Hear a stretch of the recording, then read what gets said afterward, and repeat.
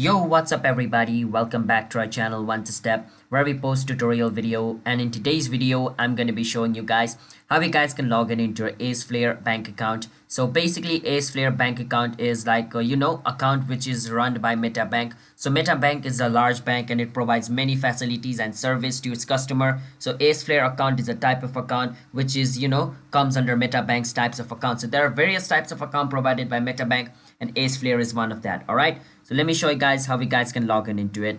But before that, if you guys are new to our channel One Step, then don't forget to hit that like and subscribe to our YouTube channel with notification on, so you guys can get notified for our future video. And if you guys also want to sign up into Metabank, you can watch our video on how you guys can sign up for Metabank on our channel One Step as well, because it provides you a lot of facilities just like AceFlare account over here.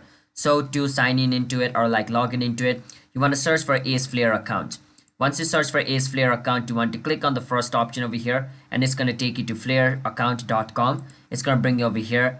Once you're in this website, click on sign in. It's going to take you to its login page.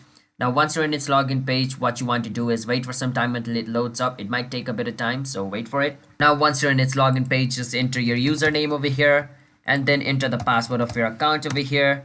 And if you want this website to remember you, you can tick mark this. Basically ticking mark this, what it does is whenever you come to this website, it's going to auto log you in into your account. And this is only going to work in this device, like, so I'm using my laptop, so it's only going to work on my laptop over here. So remember this, if you're using somebody else's device, don't tick mark this, all right? Because they can easily log in into your account if you tick mark this.